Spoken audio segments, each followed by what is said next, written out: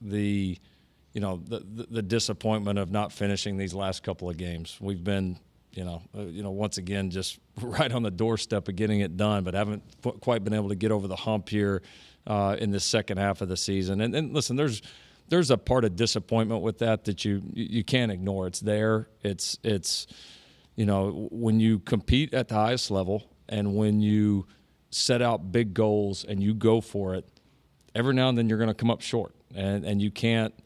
That's part of it. That's part of competing at the highest level. But you can't let that deter you from, well, it didn't work out this time, so now I'm not going to go put my best foot forward the next time or the next opportunity. And the great thing for this team is we have one opportunity left here, one great opportunity. And judging by the way that we practiced tonight, by the way our meetings went this morning and this afternoon, these guys are very well at that, and I think we'll be ready to play on Saturday. Coach, after getting a chance to digest this last one, where were the areas of concern that hopefully going into this last week of the season that you can kind of correct and then get right for the next season? Well, I mean, I would say, defensively, we did a pretty nice job in the run game. We held them significantly under their season rushing average. We didn't give up big plays in the run game, which obviously that was a huge point of emphasis coming out of the Washington game. So we did some good things there. The pass defense was not good. I mean, we gave up the two big ones early that, you've got multiple guys there that have opportunities to make the plays and didn't make it. And I certainly don't want to put it all in our secondary. We had a lot of guys. Well, we obviously played without four different players, but then we had a lot of guys that you can tell watching the film were not anywhere near probably even 80%. They just kind of gutted it out for the program and for the team because we really didn't have anybody else. You had to throw Mekhi Lemon in there, who's a receiver. I mean, it was kind of an all hands on deck deal. But no excuses. We were not good enough in the obviously in the pass defense, not good enough in the secondary to get it done. We made a couple of key mental errors. Obviously, the biggest one being the offsides. Lining up offsides. You talk about in a game that ended up being a 9-point game. Very potentially a 14-point swing there. They go for the quarterback sneak on 4th and 1 and backed up. We stuff them, and that was a monster play. Offensively, there were some good things of the 2-minute drives, kind of closing the half. But we had too many negative plays, got behind the chains a little bit too often, and obviously had the one huge fumble, which was that was obviously another monumental play in the game. You take. You just look kind of at the turnovers and like when the ball was on the ground, we had the fumble there. They had two different times that the ball ends up on the ground, snaps, including one coming out of their end zone that their running back literally kicks, and they end up with a 3-yard gain out of it. It kind of came down to those couple. And, once again, we put ourselves in position, obviously, to make it an 8-point game right there at the end with all types of time left. And we came up just short. So, got to be better this week. Another good opponent coming in here. Really, really good defensive football team. And so, yeah, it's unfortunate. It's been a little bit of the same story. Obviously, here I was proud and excited about what we did in some of the run game, and especially limited the big play runs. And if we can do that and clean up a little bit of the secondary play, I think we'll have a chance to make a jump this week.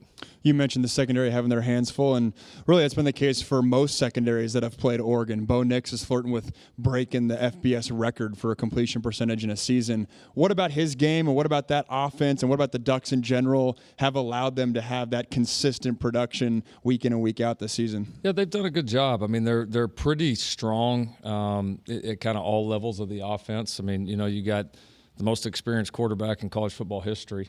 You have a good offensive line. They've got good skill players around them, whether it be the backs, the receivers. They've got a nice core of tight ends. It's a good group. It's an experienced group. And then they do a good job of playing to their strengths. They don't overdo it too much in the passing game. They keep things pretty simple. Get the ball out of their hands, and the running game and the line and all that have been good enough for them that they've been able to do it. And then they've played good complementary ball. The defense has been a good group, especially here in the second half of the year, a challenging group. And so, they've got some momentum right now, and you got to give them credit. You're listening to the head coach, Lincoln Riley, on Trojans Live. You mentioned that Saturday is senior day. In this era, with the transfer portal and the COVID years, it is very difficult for us to figure out people's eligibility. I'm sure you have some board in your office, so you all have it. How does that work now? Do you have a conversation with them now, or do they just sort of elect to come out and then after the season you'll still have that conversation with some of the guys that could pull a Justin Dedich and come back? Yeah, you got kind of two groups of guys. You have a group of guys that they know are that this is going to be their last year as a USC Trojan. And, those guys, typically go through this ceremony and go through and have their family out there and participate in senior day. Now, participating in senior day doesn't necessarily mean that they have to. You're not signing anything. Right. And so that's typically what we reserve it for. And we'll have a handful of guys that certainly will have to make decisions, as you said, in this era, whether be it transfer portal, NFL draft, all of those things ahead. And so, yeah, we'll have. There is some advantage in kind of having that next week, with the bye week, because there will be a lot of opportunities to dive into that with our roster, and then obviously you start to look ahead into with recruiting and the portal opening up and all that's getting ready to happen. Having a few of those days will make it our advantage. Coach, you mentioned depth concerns a little bit last week, especially in the secondary. Are you hoping to get some guys back healthy this week, or does it look like it's going to be more of the same? Obviously, a lot of teams at this time of the year, depth's a concern, especially right now in the secondary. Yeah, I think we will. I think we'll have a chance to get a handful of guys back, which will be good. Especially, as you said, the secondary's been the one that's been just kind of the most hit by the injury bug. And so, yeah, hopefully get guys like Jalen Smith and Covington and some of those guys that have obviously been contributors, and then even some of the guys that played the other night, hopefully getting a chance for those guys just to be healthier. Or get another week. Had we had anybody else, we would have, probably not played those guys in an effort to try to have them ready for this one, because some of them honestly probably weren't well enough to play. And so, yeah, I think we've got a chance to be better. Obviously, see how the week unfolds, but certainly crossing our fingers. With it being senior night, I saw Tahj Washington say he's had 5 head coaches in college, and obviously a lot of these guys they've been through a lot with the head coaching change. A lot of guys transfer portal and whatnot. You come into a season with high expectations, and you fall short of that a little bit. How do you position that to the seniors while still celebrating them, but also not just going out for moral victories and whatnot? Yeah, I think it's you've been in it. You've been a competitor. I mean, they're going to remember this game. Like you remember your last games. You remember your rivalry games. You remember some of those games when you had to really pull in tough together as a football team. And so I think, making sure that we do everything we can to make this last memory a positive one, and to send these guys out on the right note. I mean, so many of these guys have been instrumental in this turnaround. I mean, I think, 2 years ago, if you'd asked, I think, anybody involved with this program, hey, we're going to, go through 2 years. We're going to be in championship type games late in the season both years. We're going to have 1 year we have, be right there on the doorstep of being in the college football playoff. From where this thing was, hell, everybody would have taken that. Everybody. And we forget that now, but everybody would have taken it. And these guys have been so key to that. And as this thing goes and gets better and better and better as these years go on, we can't lose appreciation for these guys here in the beginning that help push this thing along. And there's a lot of those guys that obviously still on this team, a handful obviously from that only played last year, but they've been so important to this, so critical to this. We couldn't have done it without them, and we want to make sure that they see our appreciation in the way that we play, and the fan support that we have there during the game, the way that we coach. When you do it here, you put it all on the line. All right, you go for it. This is USC. Like, anything less than your best is not good enough. Well, it is time for the Crosstown Showdown this week, and those are the games that are remembered forever. Last year's was a classic. Who knows what Saturday will bring, but it brings a great kick time, guys. Not that we didn't all enjoy the 4 a.m. landing last week, but it'll be nice to kick off at 12:30 on the afternoon. A nice sunny day, hopefully at the Coliseum, USC, UCLA. That game will be on ABC. We'll go on at 10:30 a.m. in the USC Trojans Media Network for the Trojan Tailgate Show, and the game is sponsored by I Trust. Monster Energy, the official energy drink of USC. Unleash the Beast. We'll talk about UCLA and the Crosstown Showdown next on Trojans Live. 42. Give me the energy to catch the ball, to blow by the defense, to crush whatever comes at me, to win the division, the conference. A ring? Monster Hydro helps Grunk perform at his best every day with the energy and electrolytes your body needs to win on or off the field. Monster Hydro, advanced hydration for everyday performance. Hard charging hydration. It's time to recharge, reconnect, and rediscover your perfect combination at Pechanga Resort Casino. And with your resort favorites back in action, there's all of the excitement and comfort you love with the peace of mind you can depend on. So whenever you're ready for a little rest, a little relaxation, and a lot of fun, we'll be here. Play your perfect combination at Pechanga Resort Casino today. With Kroger brand products from Ralph's, you can make all your favorite things this holiday season. Because Kroger brand's proven quality products come at exceptionally low prices. And with a money-back quality guarantee, every dish is sure to be a favorite. These are a few of my favorite things. Whether you shop delivery, pickup, or in-store, Kroger brand has all your favorite things. Ralph's, fresh for everyone. Tommy Trojan is at the 10, the 5, touchdown, USC!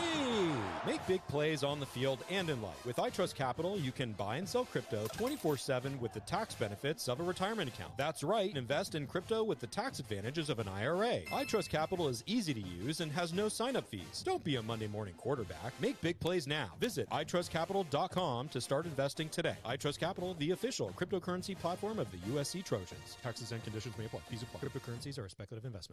Looking for the play of the day? That's easy. Fight on to victory with USC and fly on faster with ONT, the fastest and easiest airport experience in SoCal. Not to mention, Ontario International Airport has over 65 nonstop flights to more than 20 major destinations with less traffic coming in and out. In other words, getting here is a breeze, and so is following our Trojans anywhere the season takes them. Because let's be honest, faster is always better when it comes to your airport. Start planning your next journey today at SoCalSoEasy.com. Taking you inside the huddle. From the comfort of your car. It's Trojans Live on your home for Trojans football. AM 790 KABC. Trojans Live is sponsored by Pechanga Resort Casino, proud partner of USC football. And hey, Trojan fans, did you know the Ralph's app gives you easy access to weekly sales and personalized coupons, and you can earn fuel points too? Check out the app today and save while you cheer us on to another great season. Ralph's, proud partner of USC Athletics. Another segment here with the head coach Lincoln Riley. I'm Jordan Moore with Sean Cody and Max Brown. Coach, strength on strength when you've got the football on Saturday. One of the best offenses in the country in USC, the best defense statistically in the Pac-12 in UCLA. What do you see from them on that side of the football that they've been able to really turn things around and become such a stingy unit? Yeah, they've done a great job. They've, I'll tell you, that really quality players and quality depth on the defensive line and at the linebacker position. I mean, the front seven is really strong. Just plain and simple. They got a first rounder, probable first rounder, obviously, that leads them, that came back to school and has done a great job. And then they've got 3 or 4 others on the defensive line. A big interior kid that's really done a nice job kind of helping them with the run game. A couple other edge rush type players and very versatile players in there. I think, quality depth. They've been able to stay pretty healthy in there. And that unit, that front seven really leads that defense. I mean, there's no question. And they've done a good job playing to their strengths. They really have. They've done a nice job against the run. They've made teams hang on to the football and let those guys, have a chance to get after the quarterback and affect the game that way. And then it's been successful for them. And so, you got to give them credit. They've had a nice, turnaround. They certainly have improved, obviously, a lot. And when you're as strong as they are up front, that's one hell of a place to start.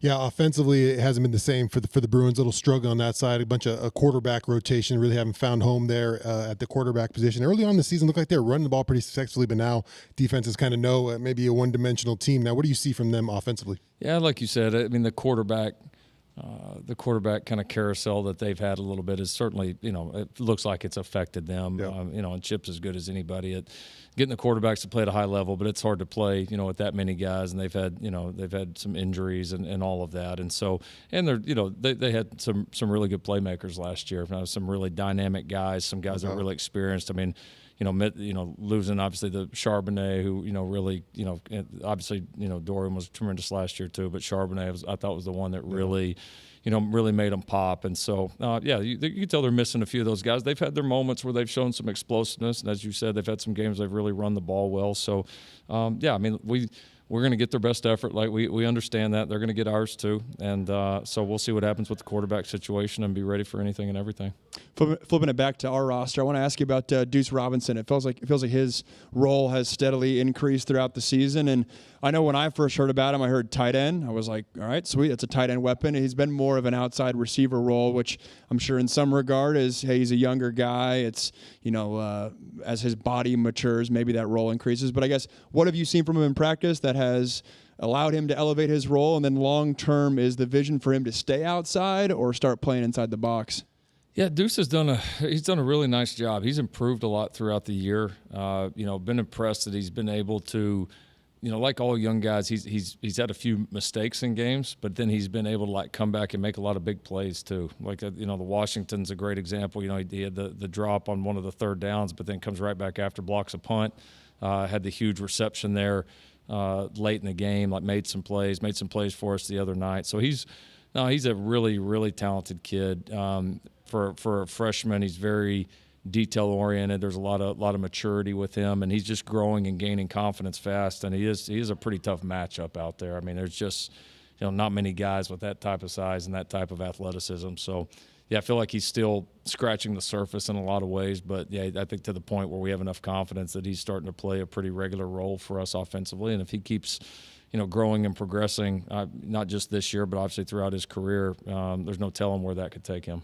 You're listening to the head coach, Lincoln Riley, on Trojans Live. Coming up next will be Tahj Washington. Mr. Consistency, Tahj, I mean, how has he been able to close his season on such a high note? I mean, I feel like there were times this year where we're sort of looking around for wide receiver one, and then, he has just come out here and just strung together big game after big game. Yeah, he's played well. He's made the most opportunities. I think just the coaches, Caleb, everybody has a lot of confidence in him. He's always that guy that's almost always in the right spot, always there to make the play, making the tough plays, a yard after catch.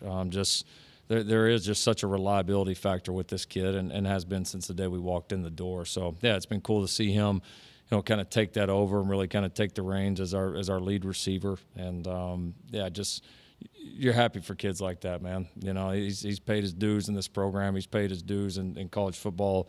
He's done it the right way. He's worked hard. He's blocked well. He's been a tremendous special teams player. I mean, a great team-first guy. He's been a great representative for this program. So it's been a joy to coach him, man. And it's been fun to see him have the run that he's been on here the last several games. Coach, when you're going against a really dominant defensive line, I mean, we saw ASU last week go swinging gate. I'm sure there's going to be some interesting wrinkles. I don't know if the swinging gate's in the playbook, but any interesting wrinkles you're hopefully – I mean, you're not going to give the playbook away, but anything cool this week that you might implement against that, really front-strong defense? Yeah, you got to be – you certainly have to be conscious of it, right? Like that's that it's their strength. And I give them credit. They do a good job. They're very creative. It's not like they just – sit there in the same front and same look every single play. They do a nice job of moving those guys around, kind of changing the looks for you. And they've done a good job of keeping some of the offenses that they've played guessing in that regard. So, I think in some respects you got to be smart about what you do, but at the same time, great defensive linemen are going to be a factor when you run the ball. They're going to be a factor when you throw the ball, certainly if you hang on to it at any point. So we'll have to have a good mix of being smart, but then also, you got to go execute. Got to win. Right? Yeah, you got to go block. You got to go win the one-on-one blocks. You got to go, give our guys chances to make plays. So that'll obviously be a key matchup throughout the game. Coach, you mentioned last year that, hey, the team probably overperformed from expectations potentially, and then this year maybe the opposite way. And it feels like when you look at the college football landscape historically, there's teams that can tend to hang around that 10-2 mark where they're right there and they can walk away at the end of the season feeling like, hey, that's a good season, but maybe not able to get over the hump. Does a season like this maybe allow a roster or a team to look themselves in the mirror more so than if you had found a way to block that kick versus Utah? And the optics around the season are different, and especially with the amount of roster movement and mobility and guys coming in and out. Is that just me making something up, or is there truth in that a little bit? Well, I think you have to take whatever happens and make it your advantage. Yeah, because like you said, we're probably 3 or 4 plays away from being, a 10-1 football team right now. And then would that mask in some way some of the areas that we still have to really grow and progress as a program? Maybe in some way it would. You want to say no, but deep down, if we're sitting here 10-1, then the probably attitude of everyone would probably feel just a little bit different. No doubt. And that's the nature of this game. And having been through it just a little bit. I try to stay pretty steady. I mean, I knew even after 11 wins last year and all the good stuff, I knew like we still had a ways to go. There's still steps that you got to make. That even, like you said, we had a few of those that we haven't won this year. We found a way to win those last year, but that were really, really close to and could have gone either way. And that's part of it, I think, especially here in the beginning as we're growing. Obviously, the longer-term vision is to be able to put out a group that has an opportunity to really separate in more games and be more dominant and be more kind of evenly the strengths of the team more evenly distributed across the board. And we're going to get there. Listen, we are absolutely going to get there. This is and I do think, to your question, the answer is we have to make it an advantage, right? We have to take the lessons learned. We have to take the spotlight on some of the areas that are not strong enough in this program right now and do everything possible. And that's coaches, that's players, that's support staff, that's administration, that's fans, that's a radio broadcast team. Radio broadcasting. I mean, definitely the color guy. No question. It's a support around NIL. I mean, it's all of those things like have to be elite to do it, and we've got to all get better, and it obviously starts with me. Well, it starts with USC versus UCLA on Saturday, presented by I Trust, a 12:30 kick. Let's fill every one of those seats in the Coliseum. The game is sold out, but you got to use that ticket. You got to stand in there, and you got to make some noise and beat the Bruins on Saturday. Our show will go on at 10:30 a.m. Come on early and hang out with us in the Trojan Tailgate Show. Good luck this week. Good luck this week, Coach. Lincoln Riley looking to go 2-0 in his USC career as a head coach against UCLA. Tahj Washington, as promised, is next on Trojans Live. USC Trojan fans, Smart Stop Self-Storage is ready for game day. Smart Stop Self-Storage is committed to making the self-storage experience easy and hassle-free for all Trojan fans. Whether you're storing your Trojans tailgate gear, need temporary storage while moving to a new home, or need a storage solution for your business, we're here for you with convenient locations throughout Southern California. Smart Stop Self-Storage, the smarter way to store. Visit smartstop.com to reserve your space today. Fight on. Fight on. Introducing Stone Fight On Pale Ale, with a balanced blend of hops and a deep golden color as vibrant as the Southern California sunshine. Stone Fight On Pale Ale is brewed to be the perfect companion for the beach, the tailgate, or cheering on the Trojans. Stone Fight On Pale Ale is best enjoyed by holding a can in one hand and raising a V for victory with the other. Find Stone Fight On Pale Ale near you at find.stonebrewing.com. That's find.stonebrewing.com. Stone Brewing is a proud partner of USC Athletics. Honey Stinger helps you prepare, perform, and recover throughout your athletic journey. Made with delicious honey and organic ingredients, Honey Stinger provides the fuel you'll need to push harder and go farther. Turn to Honey Stinger to achieve your performance goals and feel better along the way. Discover what all the buzz is about on honeystinger.com. Use code FIGHTON30 for 30% off organic waffles, chews, gels, and bars to help you sweeten the burn. Honey Stinger, official nutrition partner of USC Athletics. SC fans, this football season, be sure to come out to Trojan Fan Fest, presented by Life Law Injury Lawyers. Located directly east of the Coliseum, right outside the Olympic Gateway, Trojan Fan Fest opens 4 hours before every home game kickoff, and it's free to fans of all ages. Inside the Trojan Fan Fest is the Modelo Ultimate Tailgate, serving up ice-cold cervezas with plenty of food truck options. There are also private tailgating options and fun for the whole family. It's all inside Trojan Fan Fest, presented by Life Law Injury Lawyers, proud supporter and official sponsor of the USC Trojans. It's like getting a degree in Trojan athletics without the tuition. It's Trojans Live on your home for Trojans football, AM 790 KABC. Here we go. We have a highlight or no? Pre-game tailgate show. Welcome back to Trojans Live. I'm getting yelled at here. The show has started. We weren't ready. My bad. False start. Best in the Game is brought to you by Old Dominion Freight Line, official freight carrier of USC Athletics, helping the world keep promises. Jordan Moore, Sean Cody, Max Brown, and Tahj Washington, one of our favorites, the redshirt senior. You can't be Tahj, you that old? 22. Oh, my God. Senior day coming up, man. What are the emotions like? You've seen other people do it at a couple schools now. What are the emotions like as you think about running out that tunnel and dealing with all of it on Saturday?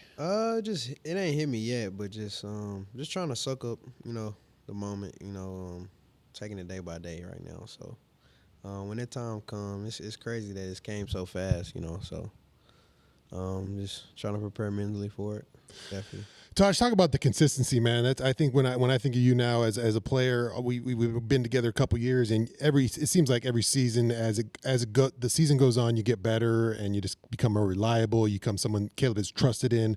What does that speak about you as a person to say your consistency has probably been your number one attribute as a player?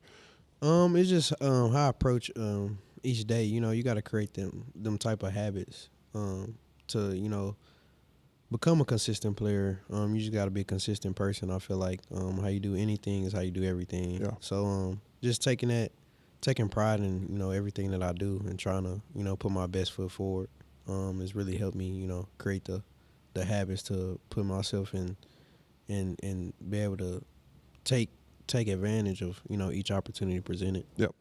Tahj, I'm sure coming into college, you expected to produce at a high level like you have, but you probably weren't expecting to have 5 head coaches, and you probably weren't expecting to necessarily play with a Heisman Trophy winner. Probably weren't necessarily expecting to play in the Coliseum every single or 6-7 times a year. Looking back on your career, what are you most proud of? It's hard to say. I would just say just how I adapted. I would say I feel like I adapted well.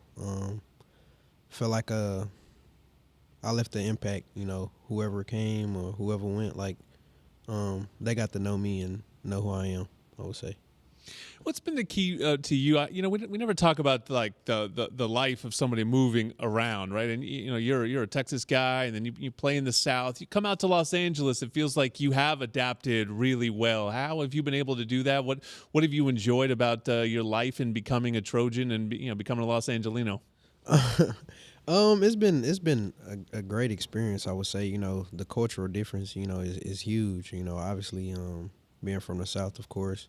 I would just say just embracing it. I feel like just taking advantage of knowing, things are different. So just soaking that in, meeting people. I'm huge on that. New experiences, stuff like that, and just it's helped me a lot. Grow as a person.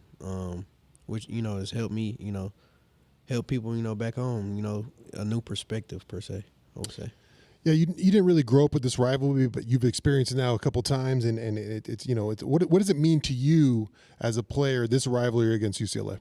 It's huge. Just every year, just coming in that fresh year, just watching the tape, of years previous, you kind of carry that, being a part of it, you carry that weight with you. So just been experiencing it, these past 2 years. I'm looking forward to it. At the end of the day, like that's one of those games like you look forward to, most definitely. As a guy who spends a lot of time in the slot, when you're playing a defense that has a really strong front seven, we talked about it with Coach Latu, their defensive end, likely a first-round pick. How does that change your role, whether it's blocking or RPOs or getting your eyes around quick or anything like that? What's your approach with a matchup like this?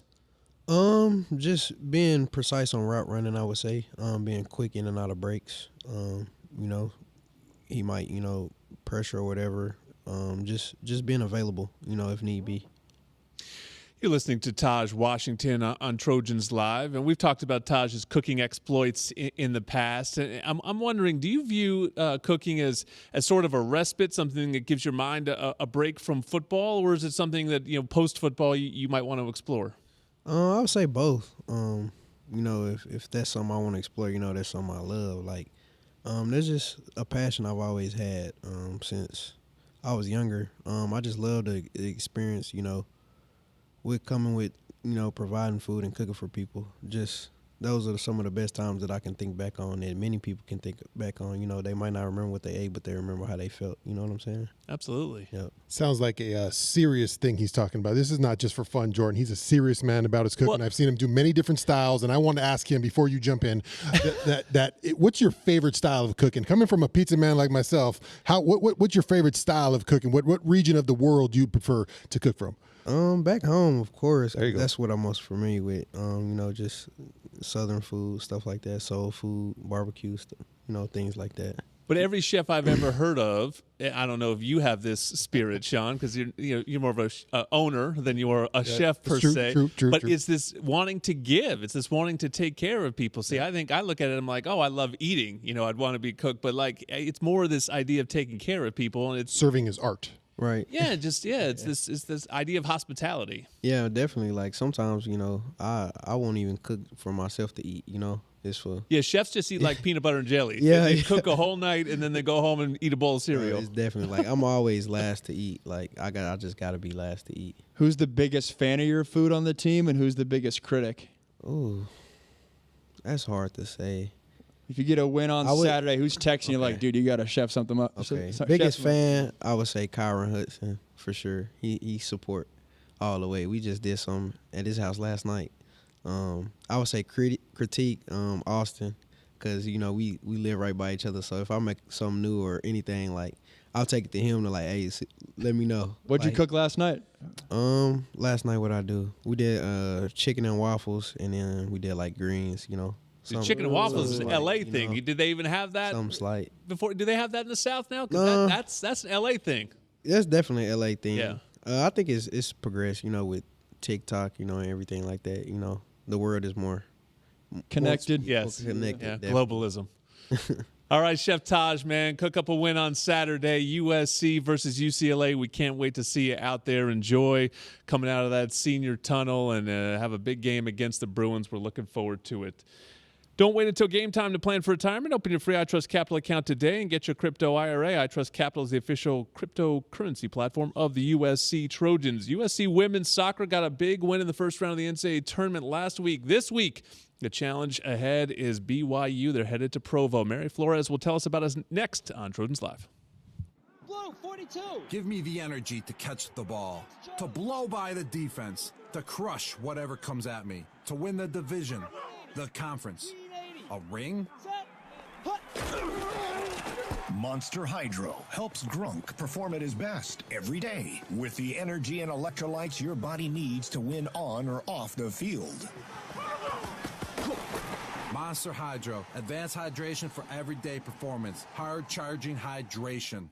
It's football season, which means it's tailgating season. And the place to be before every USC home game is the Modelo Ultimate Tailgate, located in the USC Trojan Fan Fest on the grass infield directly east of the Coliseum. The Modelo Ultimate Tailgate opens 4 hours before kickoff. It's free to fans of all ages, and it's perfect for all your pregame rituals, like checking out the earlier games, jamming to the DJ, grabbing a bite, and of course, kicking back with some ice-cold cervezas. Modelo, the fighting spirit of the USC Trojans. Fight on. Fubo is the official streaming platform of USC Athletics. With Fubo, you can watch every Pac-12 game, plus more college and pro sports, shows, movies, and news on over 350 live TV channels. Stream it live on your TV, phone, and other devices. No cable required. The best part? You can try Fubo free. There's no contract or commitment. To start watching, just go to FuboTV.com. That's FuboTV.com. It's time to recharge, reconnect, and rediscover your perfect combination at Pechanga Resort Casino.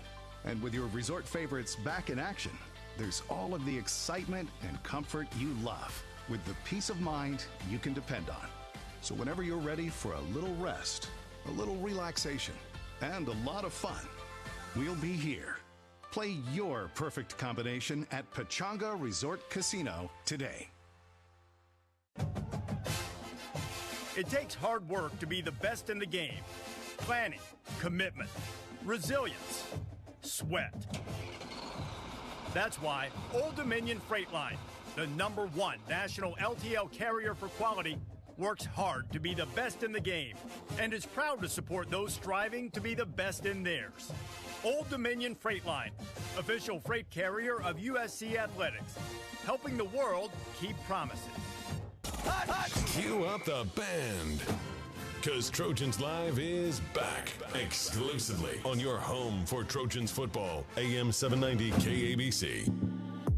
The Women's Spotlight is brought to you by Sprouts Farmers Market, open 7 days a week. Visit your neighborhood Sprouts for good-for-you groceries and great prices on the freshest produce. Women's Spotlight, USC Women's Soccer. We've got the Pac-12 Freshman of the Year in the house. Maribel Flores, I am Jordan Moore, Sean Cody, Max Brown. Congratulations, Pac-12 Freshman of the Year. You hit the ground running. You've had some incredible goals this season. It's been a blast watching you. How's the adjustment? Obviously, it's gone smoothly. How has it gone so smoothly, I guess I should ask, just jumping into the college level and dominating right away? Well, thank you guys for having me. Pretty cool. It's been pretty cool. It's been a great adjustment, something, new experience definitely, but it's been super fun just playing at a different level and just going beyond my limits and getting pushed every day. So that's super cool. You played some super high-level soccer already, but take us through the seasons, kind of how the whole thing is unfolding. You guys obviously get a win in the first round and move on to the second round, but how'd the season unfold for you? The season was super cool. Not the way we wanted it to end. Of course, we wanted to win the Pac-12, but we did prove a lot as a team and just something to keep looking forward to and training each day to get better. And, of course, for next season, of course, having that just that learning experience from last season, so this season to take on and just go beyond and push ourselves more every day. But yeah, you lost the matchup to UCLA, and then you bounced back with the win last week versus Grand Canyon. What was the key in that bounce back, and then what's the key looking ahead to the BYU matchup coming up? Obviously, we wanted to beat UCLA. We had it in us, but, just some things don't go our way. But I think just every time we have a setback, it's just a new day the next day to keep training and look forward on to the next game. We just look forward to the next game and keep playing. But we're super excited for BYU. We've been training, and we'll continue to train these next few days until the game begins, and we're ready. We're going to get that win and, of course, win that natty this year. So there you go. Love it. Yeah. And fun fact, UCLA lost in the first round to UCI. Oh, that's too bad. Yeah, that's terrible. But it does underscore the nature of where you're at in the season, which it's this one and done. I mean, we always talk about it in college basketball, the sort of March Madness thing, but it's the same, almost the same exact thing in soccer, the bracket. Do you try to avoid that sort of pressure in your mind? I mean, soccer players are used to playing in knockout tournaments, but you get late in the game. Even Grand Canyon, it's 0-0 late, and you're sort of you need that one goal. Do you think about it? Do you try to avoid thinking about it? How do you sort of process being in a game by game season at this point? I definitely take it game by game, day by day. I don't worry too much about who our next opponent is, as long as we just play our game and stay true to who we are and the way we play and what we've been focusing on training and just doing that on the field when that whistle blows. That's all that matters. It's kind of just avoiding who we're going to face because it's going to be a tough challenge. Each game is going to get harder. So, yeah. A local girl, you grew up in the area. Was this SC always the spot to be, or is it just how it worked out, the right fit, or how did that whole roll out? My recruiting process was a little different. I was originally committed to Stanford. Then I just realized that it wasn't for me. And but yeah, staying home was what I wanted. So when SC reached out, it was a perfect fit. Just everything about it was the perfect home for me. So love that. You played for Mexico in the U17 World Cup. What was that experience like? Amazing. It was a great experience. Just the moment you step out of that locker room to warm up, that first game, the chills with the crowd just cheering and everything. And also my parents were both there, so that was amazing just knowing they were there in the stands supporting me. They traveled all that way, so just show the world what I got and just, have fun because I love the game so much and it's my passion. It's what I want to do and grow in, so that was awesome experience. I assume you had a decision to make at some point between the two national teams. I watched a whole documentary on the Mexico-U.S. soccer rivalry, and there's so many players that have that decision, particularly from this part of the country. What went into it for you to decide to represent Mexico as opposed to a U.S. women's national team? I think for me, just Mexico felt more like home. I fit perfectly into there, It just felt more like home, and I come from a culture and just a family where family's everything. That's your number one. And just having those girls on my side, always knowing that they're always going to have my back and all of that's just what led me to choose Mexico. And, just representing where my family comes from, where my grandparents come from is just the best feeling in the world too. So moving forward, are you locked into Team Mexico, or is it something you can transfer back and forth? How does that whole situation work? I can if I wanted to, but I won't. I'm locked in Committed. with Mexico, yeah. Not flipping like the Stanford to USC USC flip there. That was a good decision, though. Yeah, definitely. Best decision of my life. Both of those decisions, best decision of my life. Love that. I saw you guys controlled the ball 67% of the time in last week's matchup. Is that a key statistic you're always tracking every single game? Because I know in football there's, hey, what you do in the red zone, what you do in third down, those are key metrics. In soccer, what are those key statistics that you're always keeping an eye out on? Honestly, I had no idea that was our possession percentage. Did my Max research is really big in my analytics. He had his people handle all of them. Exactly. I got my soccer eyes. Definitely could be improved. We definitely want to have the ball maybe more than like 75% percentage and above. But honestly, we don't really focus on that. Just as long as we stick to our values and just play the way we train every day, and that's just all that matters. Honestly, we don't really keep track of our stats. As long as we win, the goals go in behind the net. So that's the stat we're looking for. Goals. Yeah. Goals against BYU. It's coming up on Thursday. The game will be on ESPN Plus, so you can watch it. The Women of Troy are headed to Provo, USC versus BYU, 6 p.m. Pacific time on Thursday. Good luck as USC women's soccer looks to make a run all the way to the national championship. Want the inside scoop on this game and all things Trojans? Be sure to sign up for the 3 Torches presented by Smart and Final. It's a free newsletter that'll hit your email inbox 3 times a week with game info, player insights, and more. Go to usctrojans.com/3torches and sign up. And Monster Energy, it's the official energy drink of USC. Unleash the beast. Our football roundtable is next on Trojans Live. Once you get the meat and cheese for your sub freshly sliced right in front of you at Jersey Mike's, I'll tell you, there's no going back to anything else. That'd be like going back to dial-up internet. Ugh.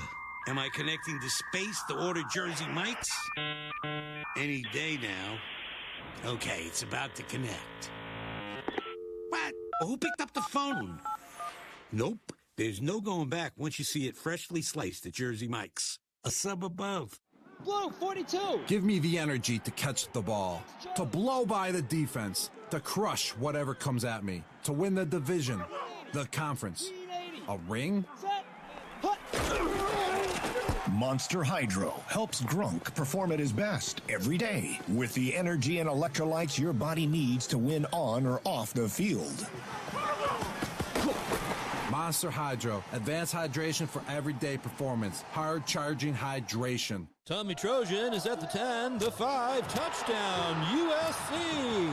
Make big plays on the field and in life. With iTrust Capital, you can buy and sell crypto 24/7 with the tax benefits of a retirement account. That's right, invest in crypto with the tax advantages of an IRA. iTrust Capital is easy to use and has no sign-up fees. Don't be a Monday morning quarterback. Make big plays now. Visit iTrustCapital.com to start investing today. iTrust Capital, the official cryptocurrency platform of the USC Trojans. Taxes and conditions may apply. Fees apply. Cryptocurrencies are a speculative investment. Introducing Stone Fight On Pale Ale with a balanced blend of hops and a deep golden color as vibrant as the Southern California sunshine. Stone Fight On Pale Ale is brewed to be the perfect companion for the beach, the tailgate, or cheering on the Trojans. Stone Fight On Pale Ale is best enjoyed by holding a can in one hand and raising a V for victory with the other. Find Stone Fight On Pale Ale near you at find.stonebrewing.com. That's find.stonebrewing.com. Stone Brewing is a proud partner of USC Athletics. USC Trojan fans, Smart Stop Self Storage is ready for game day. Smart Stop Self Storage is committed to making the self-storage experience easy and hassle-free for all Trojan fans. Whether you're storing your Trojans tailgate gear, need temporary storage while moving to a new home, or need a storage solution for your business, we're here for you with convenient locations throughout Southern California. Smart Stop Self Storage, the smarter way to store. Visit smartstop.com to reserve your space today. Fight on. Fight on. Looking for the play of the day? That's easy. Fight on to victory with USC and fly on faster with ONT, the fastest and easiest airport experience in SoCal. Not to mention, Ontario International Airport has over 65 nonstop flights to more than 20 major destinations with less traffic coming in and out. In other words, getting here is a breeze, and so is following our Trojans anywhere the season takes them. Because let's be honest, faster is always better when it comes to your airport. Start planning your next journey today at SoCalSoEasy.com. Covering the Trojans on the field. Caleb keeps it, rolls right, steps up, steps back, steps forward. Moving is damn near impossible. Luckily, they do it from behind the mic. It's Trojans Live on your home for Trojans football. AM 790 KABC.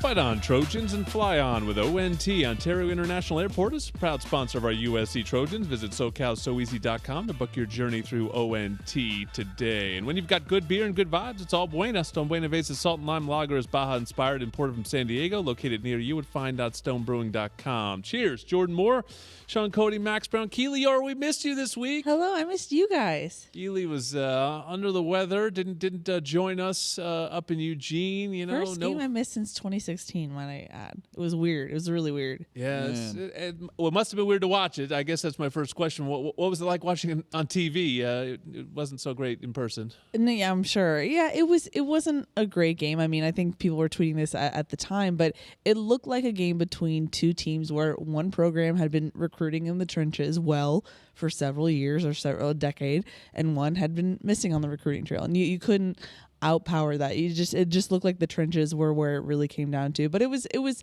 frustrating because it highlighted something that I've just noticed the last several games.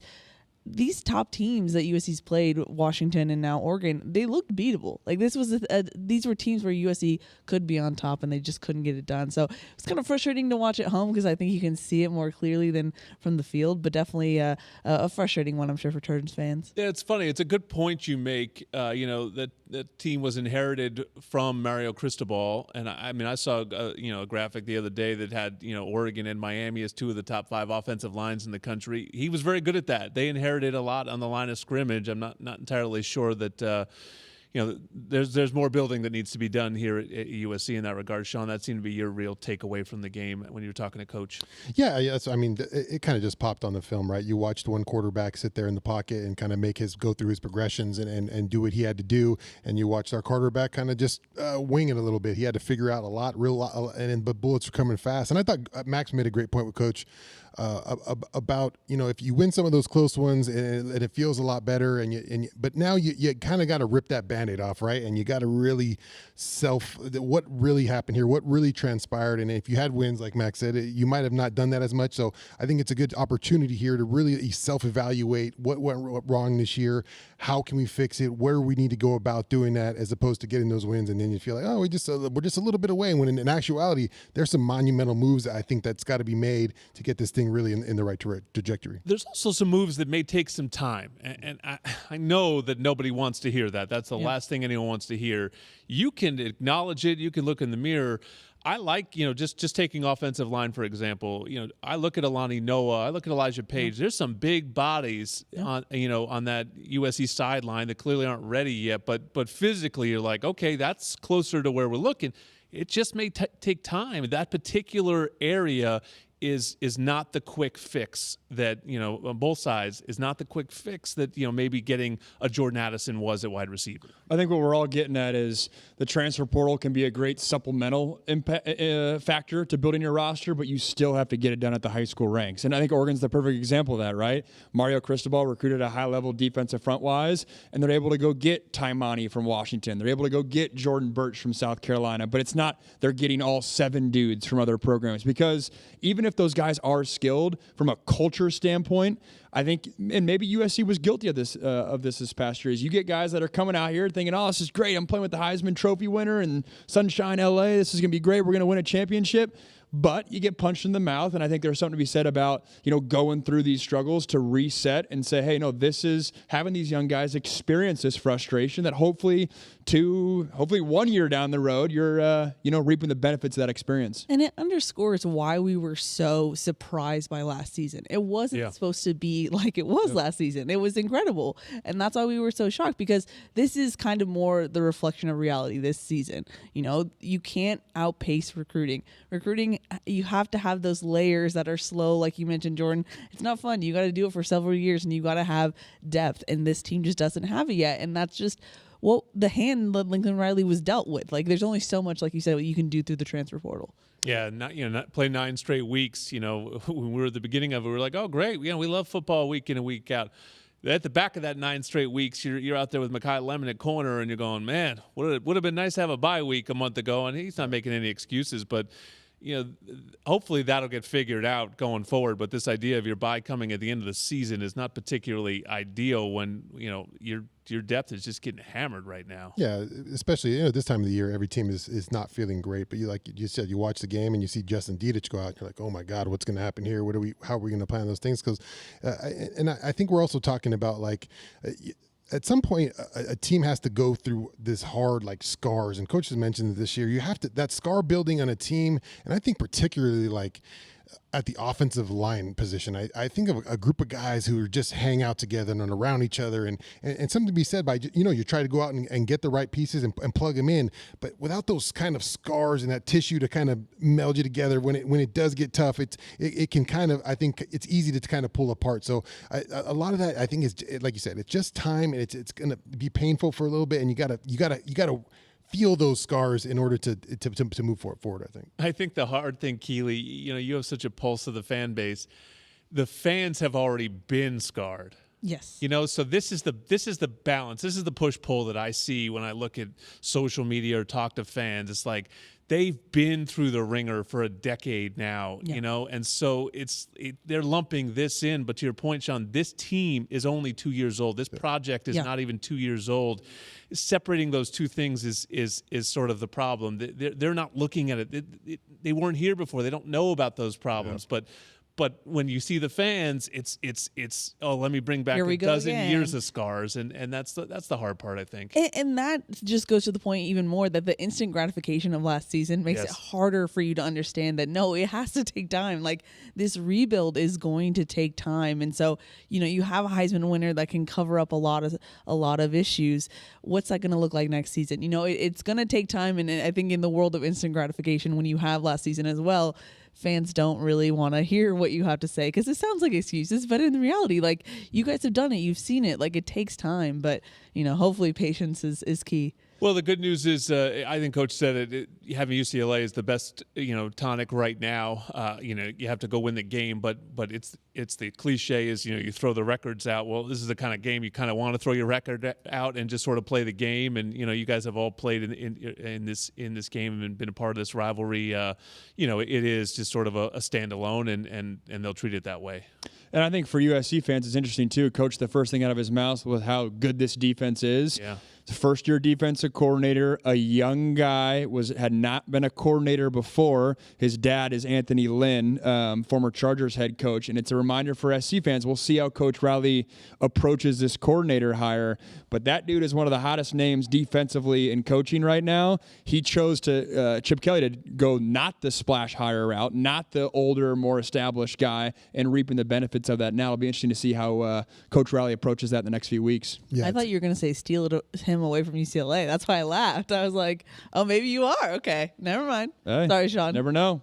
No, I just think it's interesting that UCLA, you know, they lost their quarterback last year. It's kind of almost looking into the future of USC a little bit, right? Mm-hmm. They lost their star quarterback, and yet they get another defense coordinator. Now, hopefully USC can figure out the quarterback position, but it's kind of like, well, you can make that move, and you can get the defense on the right track, kind of. Trojans Live is sponsored by Pechanga Resort Casino, proud partner of USC football. One final segment to come on a Monday night on Trojans Live. It's time to recharge, reconnect, and rediscover your perfect combination at Pechanga Resort Casino.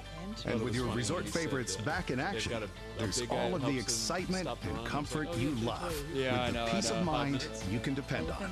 So whenever you're ready for a little rest, I remember a little that one relaxation, spring, was so jacked and a up, lot of fun, we'll be here.